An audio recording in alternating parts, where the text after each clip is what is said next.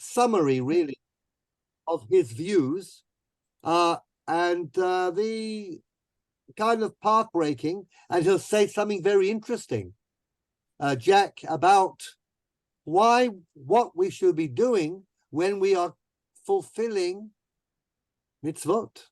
It is not what you would think.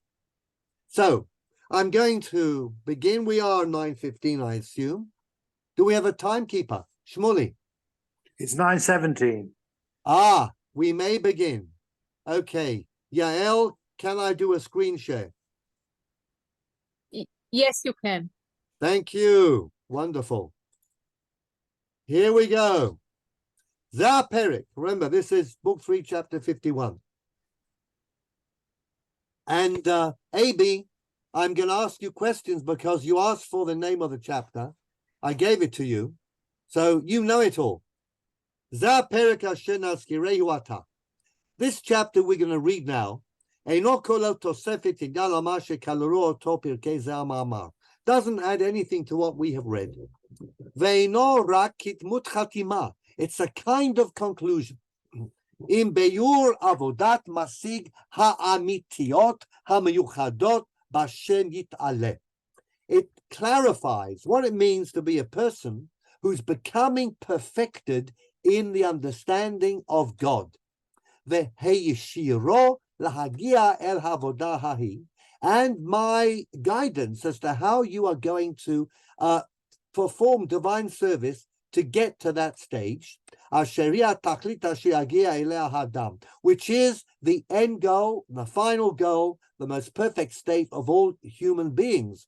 All human beings. I'll also tell you how God looks after people in this world, providence, until the time when we move from a life of this world into the everlasting bundle of life. Soror HaChayim. Phrase we know. I'm now going to give you a parable. Now I'm going to translate this directly from the Hebrew of Ibn Tibbon into English. The king is in his palace, and there are all sorts of people around. Some of them are people in the country. Some of them are outside the country. Those which are in the country, those who are in the country, some are behind the palace, and they are looking in the wrong direction. They're facing away from the palace. And some would like to go to the palace, and they face in the right direction. And they want to visit and see the king. But so far, they can't even see the outer wall of the palace. Now, of those who can see the outer wall of the palace, well, they're wandering around and around the wall trying to find a gate. Now, some of them do find the gate, and when they find the gate, they go in. And when they go in, they get to the antechamber.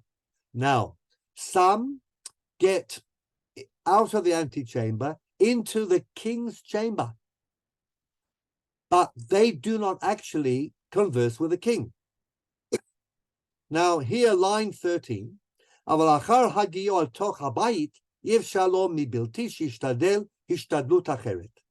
Even if you're in the king's chamber, you have to force yourself to one more stage, and then you will be able to see the king, and you can hear him, and you can possibly even talk to him.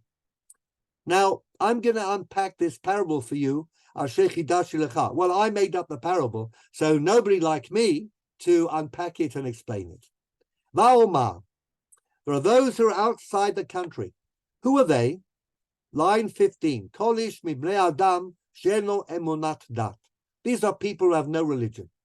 No religion. Lo miderech iyun v'lo miderech kabbalah. They have no, they're not driven to understand about God and religion through their own minds, like the young Abraham in the Ur of the Chaldees. And they don't have a Kabbalah. They don't have a tradition of people to teach them. They are absolutely untutored in the ways of the divine. Now, they're outside of the country, so we don't pay any attention to them. Now, inside the country, those who are with their backs to the palace, who are they? They have faith, and they work hard, and they learn about their faith, but they have a completely false idea of what religion is. Either because they can't think straight, and they made a mistake, went off the road that way, or somebody led them astray deliberately. So because of their mistaken beliefs, they simply drift further and further away from the palace.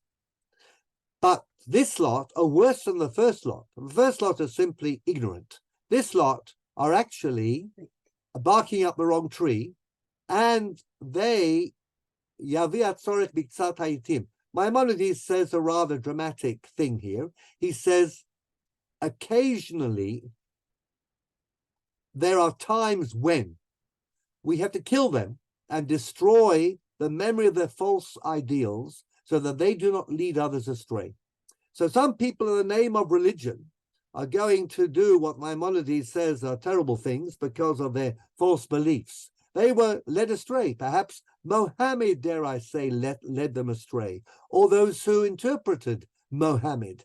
They are deserving of death. Of course, you could be classical and say this refers to the Ir Hanidachat, a city which went after idolatry, has to be destroyed so that it doesn't influence.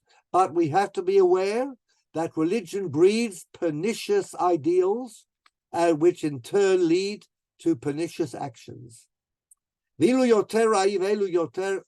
Okay, so we've done that. Now, disposing of these two groups, there are those who actually do get into the palace, but these are Anshe Torah. Line 21, Ratzal Omar Amei Haaretz, Haoskim B'mitzvot. The first group that's inside the palace but doesn't know, but can't, and the wall, can't find the gate. These are people who are frum, okay? But they're ignorant. And they fulfill mitzvot, they have no idea what they're doing. And they don't understand anything deeper than this is the thing we need to do. Now, how about the ones who get through the gate and are going around? Hem ha-Talmudim. Maimonides says these are the Talmudists. Asher hem ma'aminim deyot amitiot b'derech ha-Kabbalah.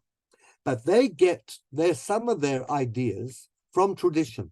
In other words, they're not as unaware of anything theological or spiritual as those who are, shall we say, adherents of Prostfrumkeit. They simply do the right thing because that's what they have been taught, or that's what they believe. The Talmudim are capable of thinking. So they do think, and they do have some ideas about prophecy, hashgacha, the existence of the world, okay, the things we've been talking about. But they receive it all from tradition. V'lomdim ma'aseh havodot, and they focus on doing practical mitzvot. V'lo hergilo bi'iyun shorshei Torah v'lo chokro klal la'amet emunah. But they do not apply their thinking abilities to matters relating to theology or God, or even, shall we say, other sciences, or those things that bring us close to God, which is understanding of the world and going from physics to metaphysics. So he does distinguish between regular but untheologically minded and unscientifically minded from people and Talmudists. In fact, Maimonides is probably guilty of the Talmudists being what they are, because in his book on Jewish law, Halakha, he wrote bits and pieces of theology for their consumption. But what he's really saying is that they don't apply critical thought. It's not theirs. It's what they receive and what they read in the Talmud. And they don't think about it. They don't even think about whether it's binding or not, which was something he got into trouble for. We'll talk about that next week and the week after next. Now, those Now those who do engage in independent theological and metaphysical and physical speculation are in the antechamber. But those people too are divided. There are those who find logical proof for every single theological claim, okay?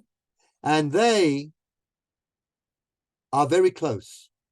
They get to the king, and then he says, V'dabeni, Shata, 26, Kol od shetitasek b'chokhmot halimudiot u'v'melechet hahigayon. So there are those people who do have theological knowledge. Doesn't say that they keep mitzvot, doesn't say that they learn the Talmud, but they are already in the antechamber. But some of them are stuck on theoretical speculation. For example, they learn logic and mathematics, but they don't learn natural science, okay? And Maimonides has always said that unless you understand how the world works, physics, biology, and chemistry, you will not be able to get close to God because you won't be able to admire his handiwork. So they are needing to make an effort here. And he says that to his pupil, Yosef ben Yehuda. And remember, he came to study mathematics, logic, and astronomy. And Maimonides wanted him to study medicine, to study biology, and from there to go on to metaphysical speculation. Kamo Shamru Razal, Maimonides always has a proof text. Al Tzad HaMashal Adain Ben Zoma Mibachutz. Now, the Gemara in Chagiga discusses the two bits of esoteric lore in the Talmud, Maaseh Breshit and Maaseh Merkava. Okay, Maaseh Breshit is creation, natural science. Maaseh Merkava is the way God relates to the world through the spheres, and something we haven't gone into at great depth, but we have some inkling of what it means. Why is Shimon ben Zoma outside, and why did he become insane? This is a story of the Pardes. What it means is that Ben Zoma got stuck on Maaseh Bereshit. He wanted to understand how the world works scientifically, but he made a mistake, and it's esoteric. It's to do with a number of handbreadths between the horizon and the heaven, but he didn't get past it. And because he didn't get past it, he went off the rails and he lost his mind. Okay? But when you are, and I could add like me, who has done the logic, remember his first work was on Aristotle's and analytics, the syllogism. Then he went on to medicine. Then he went on to physics and metaphysics. Once you understand nature, you can start to understand God. These are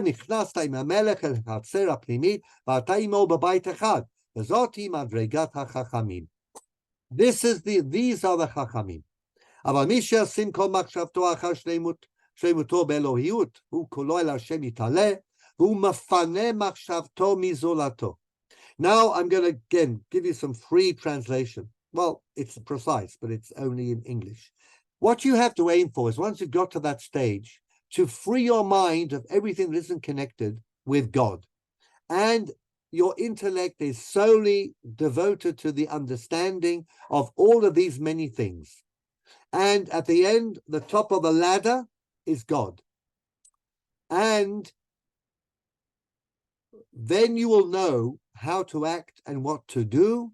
And then you might even get to have a conversation with the king. And this is the level of the prophets. Now, some of them achieve this to a great extent. Some of them only to a lesser extent. Now, the greatest prophet of all, of course, Vahi Shamim Hashem, was who? Moses. And he was at the pinnacle of all human achievement in this area. Yishal v'yaneh yidaber v'yidubar imo b'mamad hahu hamukudash. Moses speaks, asks questions, gets answers. He is having conversations with God. Umerov simchato b'meh she'esig. Again, typical move. Now we're going into Aristotelian mode once again. Moses lechem lo achal mayim lo shata. For 40 days and 40 nights, he didn't feel the need of food or drink because he was so entirely full of his communication with God. All the thickness of the body, remember the chomer, the materia is gone, and all there is this pure shining intellect. He got rid of that tactile sense that Aristotle so disliked. Okay, so I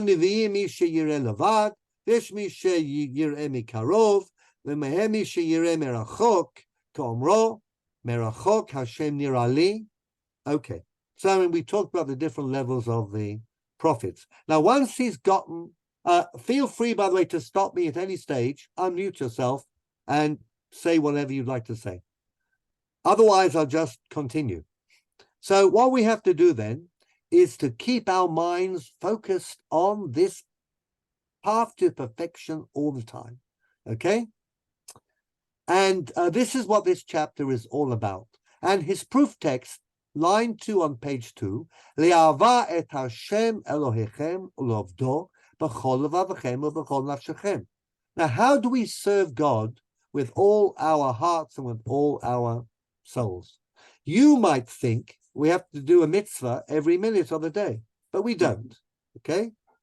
Rambam says that pasuk means something. Loving God by contemplating, thinking, developing your understanding with your mind and with your soul, which is the form. That's what you have to do all day long and all night long if you can. And we've explained many times, and this is a very important line, Ki ahava hi kefi hasaga. Love is in accordance with understanding. The more you understand, the more you'll love. The less you understand, the less you will love. ואחר אהבה תהיה העבודה ההיא, אשר כבר העירו רז"ל עליה ואמרו, זו עבודה שבלב. When Chazal interpret the line, לאהבת השם עליכם ולעובדו, what does עבודה בכל לבבכם mean? עבודה שבלב means it's not putting on tefillin. That's not with a heart. It's not eating matzah. It is something going on in your heart, and in those days, the heart and the kidneys, okay, lev uchlayot, are the seat of understanding. So that's what you should be doing. And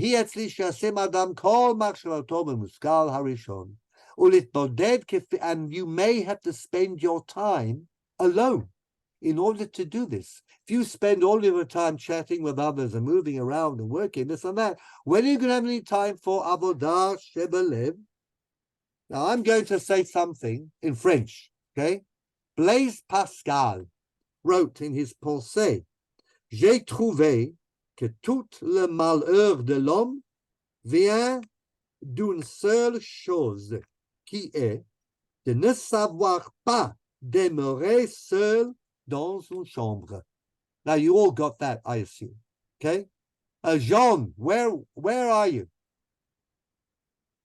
In Zurich? In Zurich.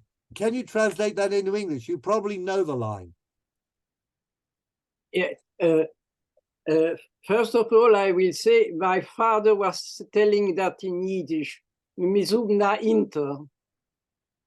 Very good. Aber jetzt in English oder Hebräisch? Donc, I don't already remember the name. Donc, the greatest problem of the world is that people cannot remain alone in a room. Exactly. Blaise Pascal, the famous 17th century French philosopher, said that is the root of all evil. People who cannot sit and contemplate on great things alone in a room because they have to be doing this, doing that, running around, and not devoting themselves to Maimonidean perfection. Okay. So as I said, none of this is going to be very new to you, but he gathers it all together in this chapter. All right. And he finds psukim to prove that this is what David told his son Shlomo. But Maimonides makes it even more interesting. He said, you know what the ideal is? The ideal is that you will go through the motions of being a regular person. Nice, to your spouse, your children, the people around you. You'll be seen as a person pursuing a profession, a business. You will give shiurim, but all the time you've reached a stage where everything you do is only the external man, but inside, deep inside your heart and your kidneys, as it were, you are contemplating God. This would be perfection, okay? And he cites a line in Gemara Shabbat, which is actually to do with whether you should be reading inscriptions under mosaics on Shabbat, a colored mosaic. Al tefanu el midatchem.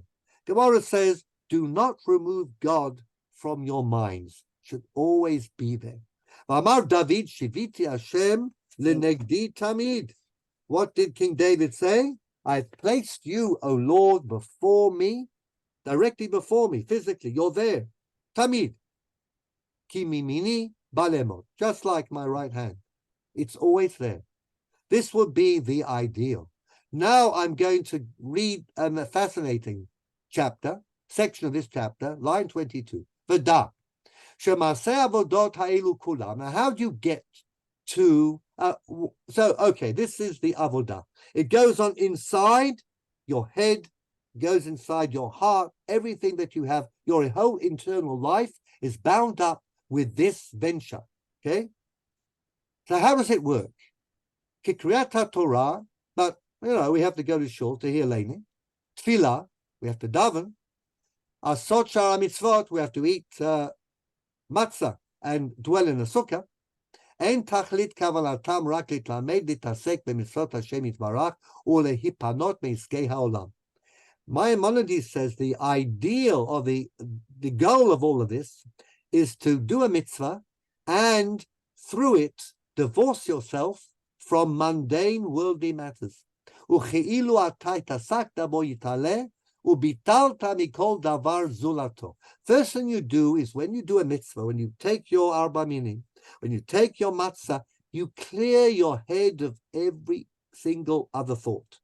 Every single other thought. Nothing is there except I'm doing a mitzvah. Why am I doing the mitzvah? What does the mitzvah mean? Why 4 kinds? What do they symbolize?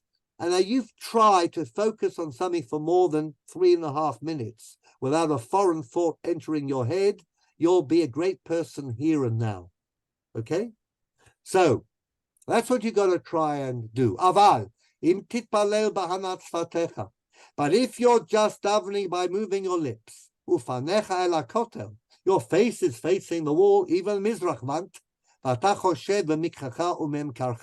you're really thinking about your next business deal, or when you're going to get to open the shop, or how it's going to go in the bourse today. Will it be a bull market, or will it be a bear market?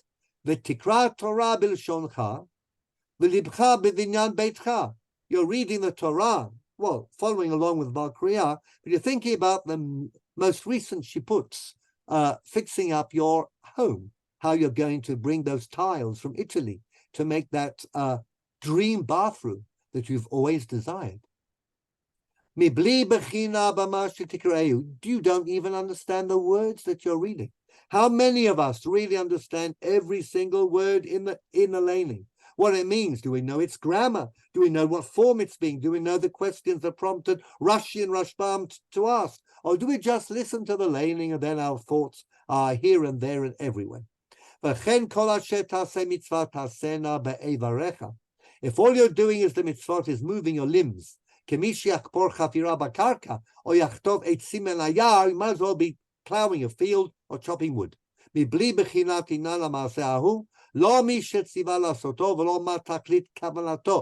commanded it and what's the goal? What's the aim? Where are we getting to? Don't think that you've got anywhere near to the real aim. Remember I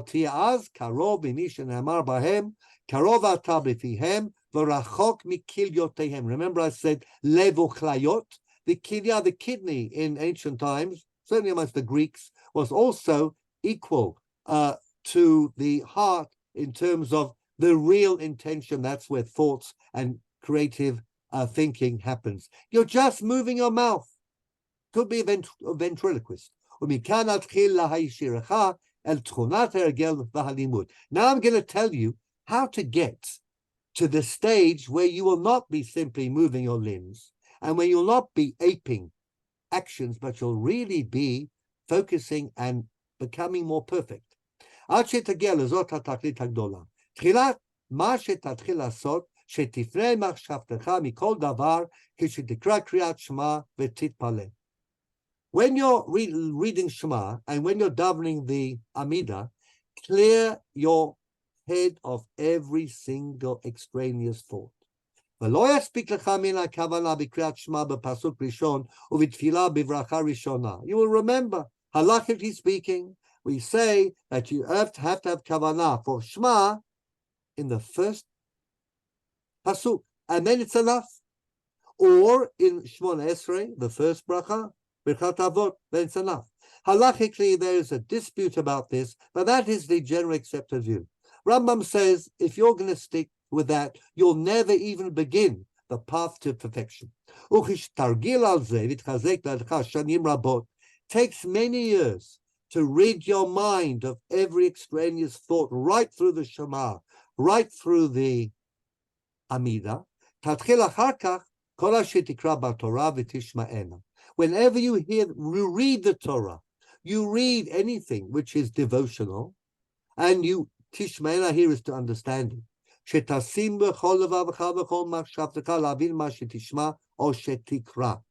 What you read and what you hear, a shiur, you have to understand.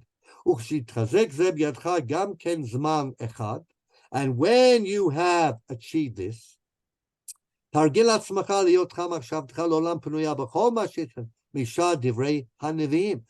done the Torah, move on to the Nevi'im. Understand, learn the words, learn the language, learn the ideas. You're entirely focused. Ad habrachot kulam. And then every bracha. Whenever you say Moreh Pri Ha'etz, your mind is full of ideas, full of thoughts, and you're thinking new ideas all the time. Examine it. Think about it. Borei. Why Baruch Atah? Is it Baruch Atah? Why Hashem? Melech HaOlam. How is he Melech HaOlam? Borei. How does he create? Pri Ha'etz. V'livchon inyano. When you've purified all of the Jewish praxis, wow, how do you think Rambam would relate to somebody who kisses the mezuzah religiously but doesn't spare a second's thought for what's written inside? What would he say? Good or bad? Very bad. He'd say very bad. In fact, he might even say, you're worse than an Oved Avodah Zarah. Especially if you think that kissing the mezuzah is going to protect you. And if chas v'chalila something happens to your home, you check your mezuzah. This would drive the Rambam up the wall. Mm-hmm. He would be absolutely furious. Okay, he would insult every fiber of his being. Okay. And you think about nothing worldly, including your own self and your plans for life. If you do that, you're not worshiping God, you're worshiping yourself. You're finding a charm or a talisman to somehow compensate for one's felt insecurities and inadequacies. Hizaher achar ken me'atrid machshavtecha b'tzrachecha o b'motarei machalecha. Not that I want to kiss the mezuzah and then I'm going to get a great bonus from my boss, or I'm going to get the rare Swiss chocolates that I've been yearning for. V'sof davar tasim machshavtecha b'milei da'alma be'et acholcha. Look, you have plenty of time. When you eat, you can think about eating. When you drink, drinking. When you're in the bathhouse, think about being clean. When you are talking to your wife and with your small children, then be honest and sincere, have a good conversation. Or when you're just engaging in social intercourse. Rambam says, these are the times I give you to be a regular person. But when you do anything religious, you have to take on yourself this rigorous project of taking it seriously, intellectually. Follow this plan. You've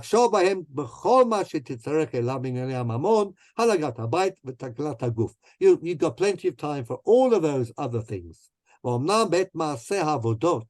When you serve God, when you're doing divine service, which includes everything, lo tatrid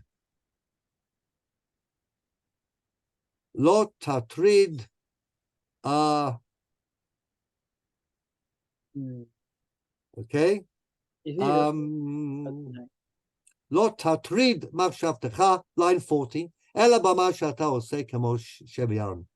So this is the project, the Maimonidean project. How many of you are really in love with this idea and would like to adopt it tomorrow? You don't all have to shout at once. Okay? Anyhow, there we are. Bon,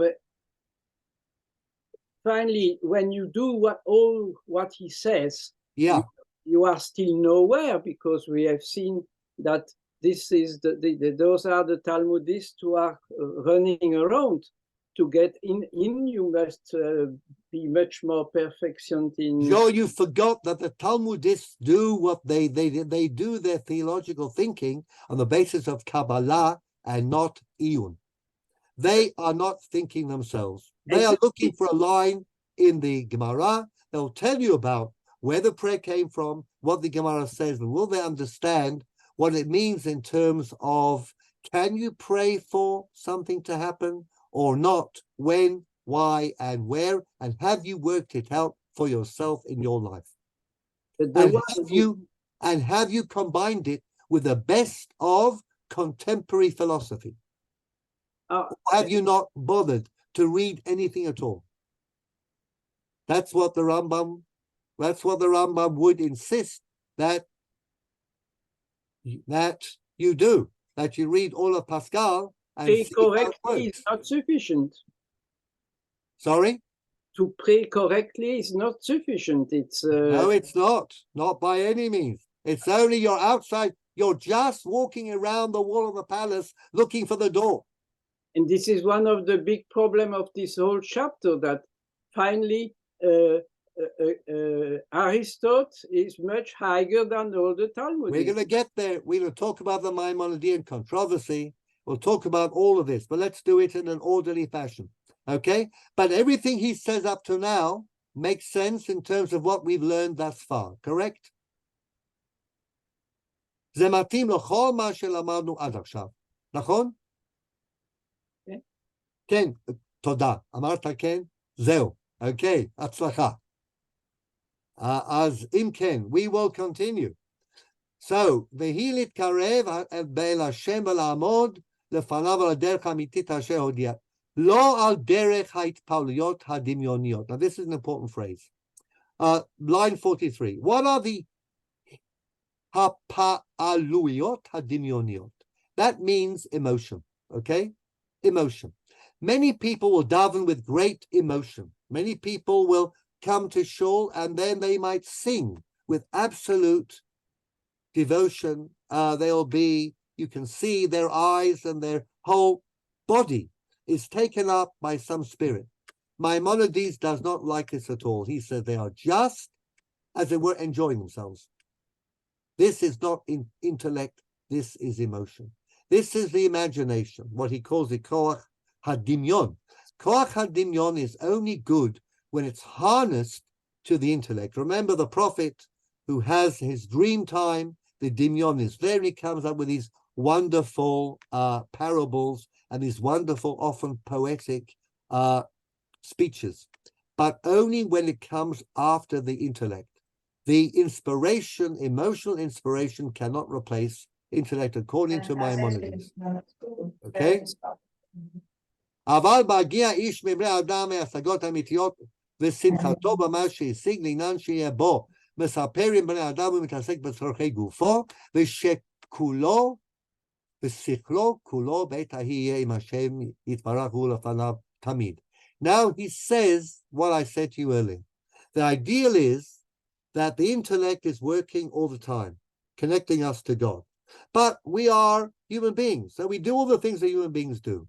But there's some place inside of us that is kept apart from a whole mundane material world. And here's an interesting proof text. Ani sheina v'libi er kol, which means kol, there's a sound, exclamation mark, dodi dofek. My beloved is knocking at the door. Now, you'll probably remember this from Shir HaShirim or from Rabbi Soloveitchik's very famous essay, Kol Dodi Dofek. Rambam follows Chazal, and Ani Sheina. I'm asleep in the sense that often the things I do are a state of sleep, like Yonah in the boat. They are what normal people do. I'm walking around, I'm talking, I'm enjoying myself, going out on a date, okay? Talking to my kids, business, profession, whatever I'm doing. But libi er, but my heart is not involved in that materia.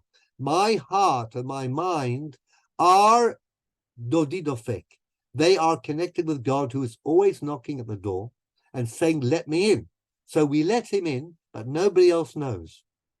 Now, this will be the level of Moshe Rabbeinu, who, as you remember, stood with God on Sinai. God said, Va'ata po amod imadi, you stay with me. And he never resumed relations with his wife, but he did go amongst the people. He was a leader. He dealt all the time. But inside, according to Rambam, he never let go of having his essence bound up solely and only with God, okay? And this is the greatness of Moshe Rabbeinu, the greatest of all the prophets, and the greatest human being, according to Rambam, who ever was. את המדרגה איני אומר שהיא מדרגת כל הנביאים, רק אומר שהיא מדרגת משה רבנו עליו השלום. It's only Moshe Rabbeinu. הנאמר עליו וניגש משה לבדו אל השם. Remember, Moshe alone goes into the cloud where God is, וישם עם השם. ונאמר לו ואתה פה עמוד עמדי. כמו שביארנו מענייני אלו הפסוקים. You remember what we said about these psukim. וזאת גם כן מדרגת האבות, talks about the avot, talks about the fact that God protected the avot. And now, are we on line 11? No, it's a different page, 2.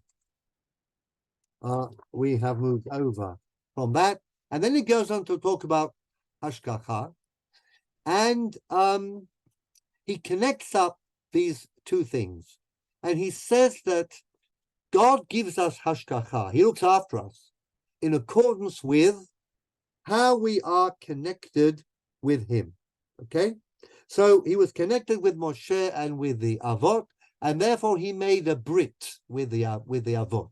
Moshe was connected all the time. So Moshe is insulated against evil. We've talked about what this insulation means. This insulation doesn't necessarily mean that evil doesn't happen. Evil does happen. It means that the way you deal with evil, the way you process evil, is in relation to how you draw back from the real world, from the material world, and are always in. So you are always free. In your mind, you are free. And I think of people like Natan Sharansky, who was in solitary confinement for so long, and how he could emerge as a normal human being, because in his mind, there was a place where he couldn't be touched by the KGB, where nothing of the evil that was done to him could ever actually overcome. And this is what hashgacha means, as we've said before. The 23, very exciting. Rambam says, I've now come across something really marvelous. Yasuru bos feikot ditgalu bos sodot Elohiot. It will solve all sorts of problems and will reveal to you divine secrets. You think he's going to reveal them, of course, you may be disappointed, but we'll see. So this is the message about hashgacha. And he says, look, you could be a most perfect person, but say for a second or two, you let your mind go for a coffee break. In that few seconds, the world comes back and you lose that hashgacha. So even to the most perfect person, there's a risk of losing the focus even for a short amount of time. And he has this interesting parable. He always has this way of finding parables for things. He talks about the scribe, anyhow, and he says that shekol b'poa. All right, okay. So the person whose mind is focused entirely, who has this space in his mind where he's connected with God and God alone and nothing else intervenes, he has hashgacha. Okay? But where is the lavlar? Okay. Which line is the scribe on? I saw it here. The mashal of the lavlar, the scribe. Okay. Yeah. Beginning of line 29. The sofer hamahir. You have an expert scribe. B'shah she'eno kotev. What is a scribe when he's not actually writing a Sefer Torah? V'yemish lo hiskil Hashem kolika. Now, if you never got to the level of writing a Sefer Torah, then you're wandering around in darkness, okay? But when you are the scribe writing the Sefer Torah, then everything is full of light, absolute bright sunlight. Everything is clear. But what happens when you are a scribe, but you're not actually writing a Sefer Torah? Then it's like a cloudy day, okay? B'yom hamu'unan. Shelo ta'ir bo hashemesh v'mprei ha'av hamavdil beino uveina uveino. Because then you are somewhat separated from that little bit of you that is solely connected with God. So anybody who suffers from an evil in the world, I don't mean anybody. Rambam says I mean the Hasidim and the Shleimim, people who we would regard as being perfect people, paragons of ethics and of religion. When did something evil befall him or her? When they were disconnected from that special relationship with God, even for a few minutes. Okay? And according to the length of time that you were disconnected, the evil intensifies in accordance with the disconnect with that bit of you that is totally devoted to God and the intellectual life, the life of the spirit, the metaphysical life. And now I can deal with philosophers who had this problem that they said, no, God's providence couldn't extend to individuals. Remember Aristotle, only to whole groups, okay? Because they had a problem with God and the individual. Maimonides says, I've solved the problem. The individual is connected with God, because when he means groups, he actually means spheres. But the individual who is a perfect individual will be protected, but there are always times when we lose it, even for a short while. And that's when evil can enter the picture. So, וכבר נבדל קצת הייתי מן החסיד ההוא הטוב, או לא יהיה כלל לחסר ההוא הרע, ולזה אירע לשניהם מה שאירע. And that's why bad things happen to good people. Maya monodium li, if we can put it like this. So, in that sense, line 4, en safek ki din hayachid ki din hatzibur. Again, looking at Aristotle, okay? The yachid, the individual, does have the rule of the tzibur, okay? There is providence. And it does depend upon closeness to God. You might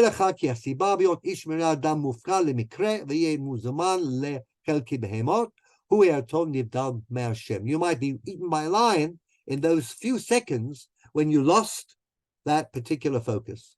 And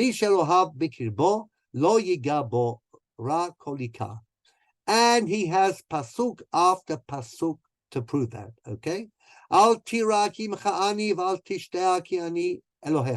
Prophets are full of this stuff. Okay? Don't be afraid, because I am with you. But in order, Rambam says, for God to be with you and for you to have reason not to fear, you have to be connected with God. And that's very difficult. And when you lose it, you lose that protection. When you cross rivers and seas, you will not be drowned, because I will be with you. And etc., etc. Hashem li lo yira ma ya'aseh li adam. Va'amar haskena imo v'shalem. In Job, hiskanti lasot, did I consider, okay, or was I tutored in? Learn, be close to God, and then you will have peace. So, hitbonen b'shir shel pagaim. The Gemara in Shavuot talks about the shir shel pagaim. We say it every time we say Vihi Noam. Ki hu yatzilcha mipach yakush. Okay, he will save you from the fowler's snare. Okay, midever havot, from the terrible pestilence. Be'evrato yasech lach, from sukkah, he'll protect you with a pinion, as the pinion of an eagle. V'tacha kanafav, and therefore under his wings you'll be protected. Sina v'sochero amito, he provides channels and places of protection. Lo tirami pachad laila, mechetz yauf yomam. We know these psukim, right, Shmuli? We say them all the time. Do we understand them? Well, that's what the Rambam is trying to do for us, okay? Think about it. What does it mean? Midever ba'ohel, lo tirami pachad laila, or flying arrows by day. Midever ba'ofel ya'aloch, from the pestilence that lurks in the nether regions, are all the evil spirits that will hunt you in the middle of the day. So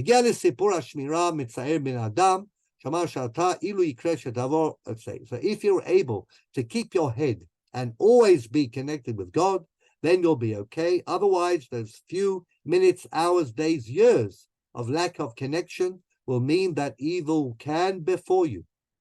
So this is the great idea that Rambam wanted to share with us. Kivicha shak vafaltehu, because I'd cheshek for God. Right. God says kivicha shak, because you, the righteous person, okay, have had the cheshek to devote your life to me and create that space inside where you and I, God says, are in communication. Afaltehu, palit, I will rescue you. Asagvehu, I will make you miskav, raise you up. You'll be successful. Ki yadashmi, because you understood yeda, my name. We talked about knowing God, and that is perceiving Him.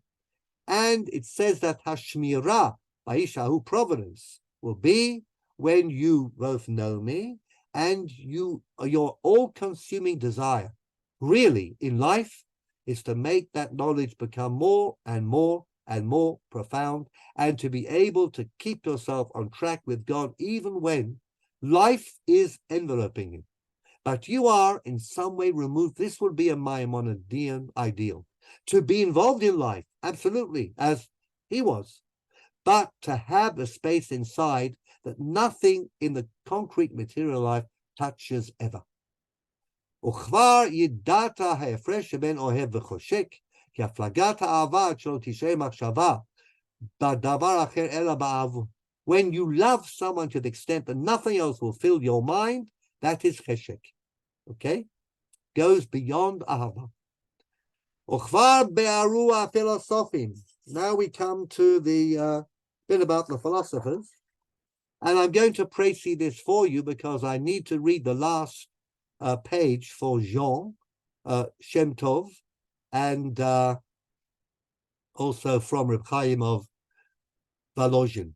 Basically, line 24 until line 42, until the end of the chapter, says something which, again, is logically perfectly connected. Maimonides says, how about the end of life? What happens at the end of life? Your physical side diminishes.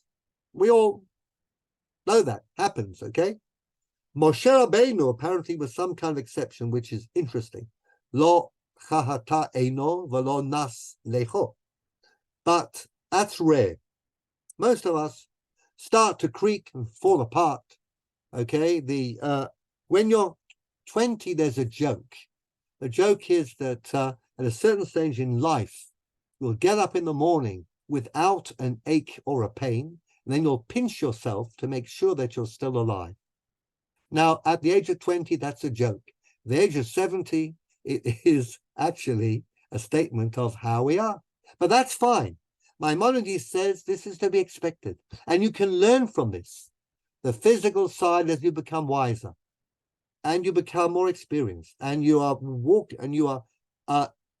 improving yourself in terms of the Maimonidean path to perfection. You don't value, treasure, cherish, or need all of these physical attributes. And in the end, you die. But the death that you aspire to as a Maimonidean is mitat nishika.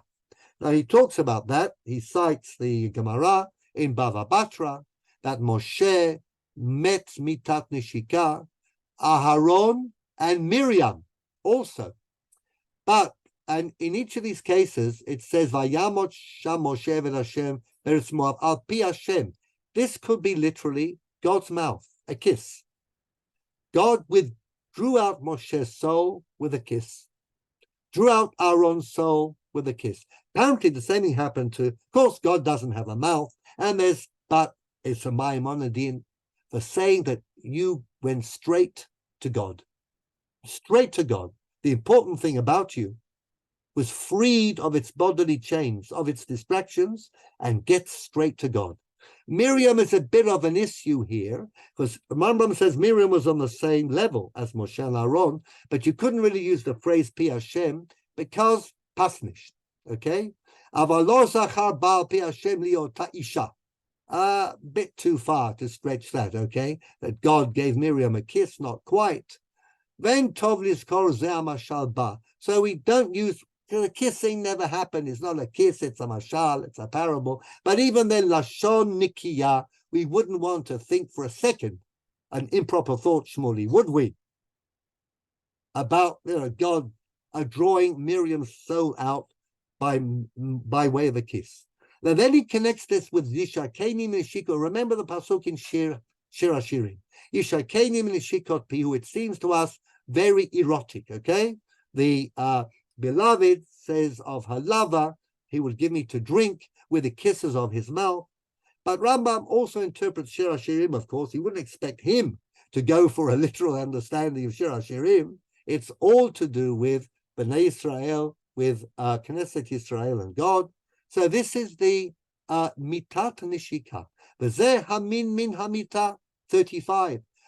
Line asher hu hahemlet min hamavet al derech haemet. This is the way that we get out of life and its distractions by going into death. Lo zechru hachachamim zal shegi'a rak Moshe v'Aaron u'Miriam, v'shar ha'levi v'chasidim hem lamata mizeh, ach kulam techezak hasagat sichlam im hamavet. Although they never got mitat nishika, other prophets, when they die, then they are strengthened. In the world of souls, and we'll talk about that next week when we talk about Tchiyat HaMetim, in the world of souls, they're the strongest because they have cultivated that dimension to the greatest extent. So you can imagine the Rambam isn't much of an adherent of Gehinom or Gan Eden. For him, it's an abstract concept. Okay? Kemo shene'amar va'alach lefanecha tzidkecha kevod Hashem ya'asfecha. You'll be gathered up in your death by God Himself. And the intellect remains. Intellect covers a lot of things. It's Maimonides' metaphysics. For eternity, can never be destroyed. It will last forever. The thing that prevented your intellect coming to perfection of the body, it's all gone. And then you will really have fun. Fun begins, Maimonidean fun begins when you're free of all physical and corporeal distractions. Asher einami min hanaot haguf, not the enjoyment of the body. Kamo shebi'arnu b'chiborenu u'bi'er zulatenu lefanenu. As we have explained, and as others before us have explained. Sim libcha lavin ze haperek. mark that you understand this chapter. Hishtadel b'chol yicholtecha, and try with all your ability. La'arbot haitim ahem asher ata bahem im Hashem. Make many, many, many more times to be alone with God. Or שאתה משתדל להגיע אליו, ולמעט העיתים ההם אשר אתם בהם עם זולתו. Don't spend all of your time with somebody else. ובלי משתדל להתקרב אליו. ובזאת הישרה די לפי, and I've given you enough guidance, which is my purpose in this chapter. Okay, the last text we're going to read is Shem Tov. Now, Shem Tov ben Yosef was born in Spain, and he was exiled to Portugal, and he died in Portugal in 1493. Okay, 1492 was exiled from Spain. Many Jews went to Portugal until they were, we discussed the fate of Portuguese Jewry. He was a Talmud of Rabbi Yitzchak Campanton, who was a famous, very famous Talmudist, and he became famous because of his commentary on the Moreh Nevukhim. So they were writing commentaries on the Moreh. This is of course 200 years at least after the Rambam, but it became a classic. It was published. It was printed in the first printed edition of the Moreh Nevukhim in 1488, and from then it's printed in every single edition of the Ibn Tibbon translation. You have three commentators: Ephodi, Shem Tov, Ephodi, Kreskas, and Abarbanel. That makes four, actually, okay? But Kreskas is very short. He really goes to town on the Moreh in his famous philosophical work, Or Hashem, okay? So, let's read. Amar Shem Tov, on this chapter, Rabbi Me'achachamim Amru, Gezeh Perek Lo Ketavo Arav. This chapter that we just read was not written by Maimonides. There you are. V'im ketavo, and if he did write it, Sarich Geniza. You have to put it in the Geniza. Vayoter ra'ui lo hasreifa. But actually you should burn it. Ki ech amar, how could Rambam have said, Ki hayodim hadvarim hativiyim, that those who know scientifically and astronomically and physically and biologically how the world works are at a greater level than those who are being frum? How can he have said that?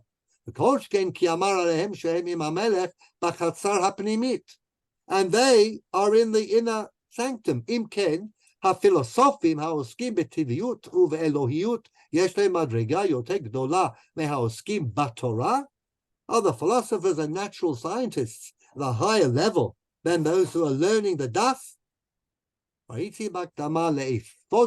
This is Ephodi, who was Profiat Ben Duran. Actually, interesting story. Profiat Duran Yitzchaki may have had to undergo forced conversion, but Ephodi is an early and interesting commentator on the Moreh.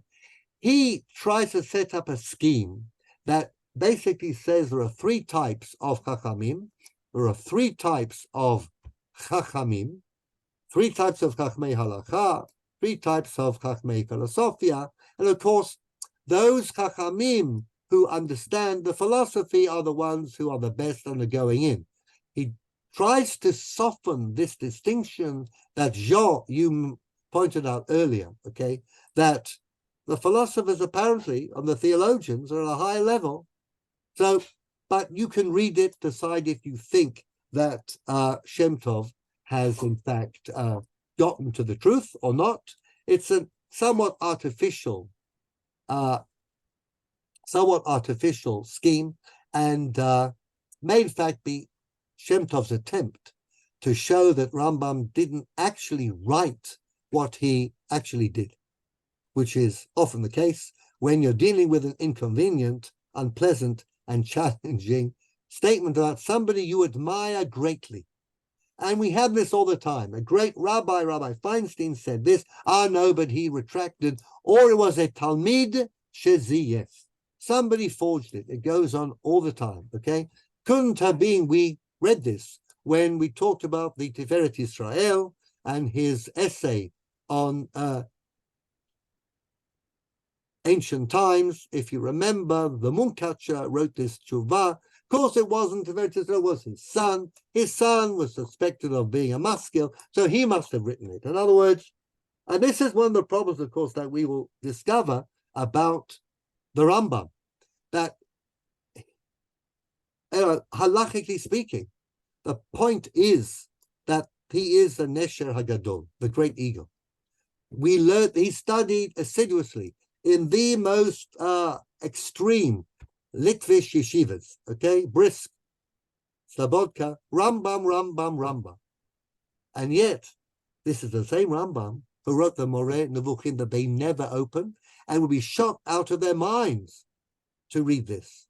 So we're already getting a sense of the controversy that arose in the wake of the Rambam. The bit from Nefesh HaChaim is interesting because it does talk about the fact that God's hashgacha, again, is dependent upon being able to rid yourself of your dependence upon this world. So it's 10:16. I'll stop the share. And I'm happy to hear comments, to take questions. Otherwise, I'll just give a preview of what we're going to be talking about next time. Well, I shan't actually, because we will learn about the Rambam's view of Tchiat HaMeitim. Do you think the Rambam would believe that the dead are going to rise again in physical form? I hear somebody on my left saying never, and Shmuley is already nodding fairly aggressively saying no. But then, would he be thrown out of Mooks as being an apikoros? He wouldn't have gone in the first place. Would he survive even in Midreshet Borishofen, Jack, if he denied a physical Tchiat HaMeitim? Anyhow, would anybody like to say something further on what we've learned just now, which, as I said, I hoped would be something of a wrapping up, okay, of things that we have been moving towards. Okay, either you're just stunned by Maimonides, or it's late and we need to bring the session to an end. But next week is going to be a lot lighter. We'll talk about Tchiat HaMeitim. And the week after, I want to talk about the after effects. In other words, the Maimonidean controversy. When it was, what happened. And after that, we'll perhaps talk a little about modern views. I mean, Yoshua Sternbruch cannot be with us, but he would have been happy because I'm talking about why Shimshon Raphael Hirsch did not like the Guide for the Perplexed. And we'll devote the rest of our Shiurim, Jack, to the Tamei HaMitzvot, which will give us an opportunity also to do something a little lighter. But I think I've given you the crux and the essence of Maimonides' revolutionary theology, and he was a revolutionary, just incredible. Okay, for his time, the things he was able to write, okay, knowing that they would be made available to the rest of the Jewish world. Okay, is that it for tonight? So I will end by saying, as usual, B'sorot Tovot. Amen. Hope and pray for successful outcomes for Yeshua and Nechama. And see you next week, all being well, same time, same channel, okay? But Tchiat HaMeitim. Bye for now. Geil, תודה רבה. Bye. Bye. Bye. Bye. Thank you. Bye. Thank you for the thank you. Thanks.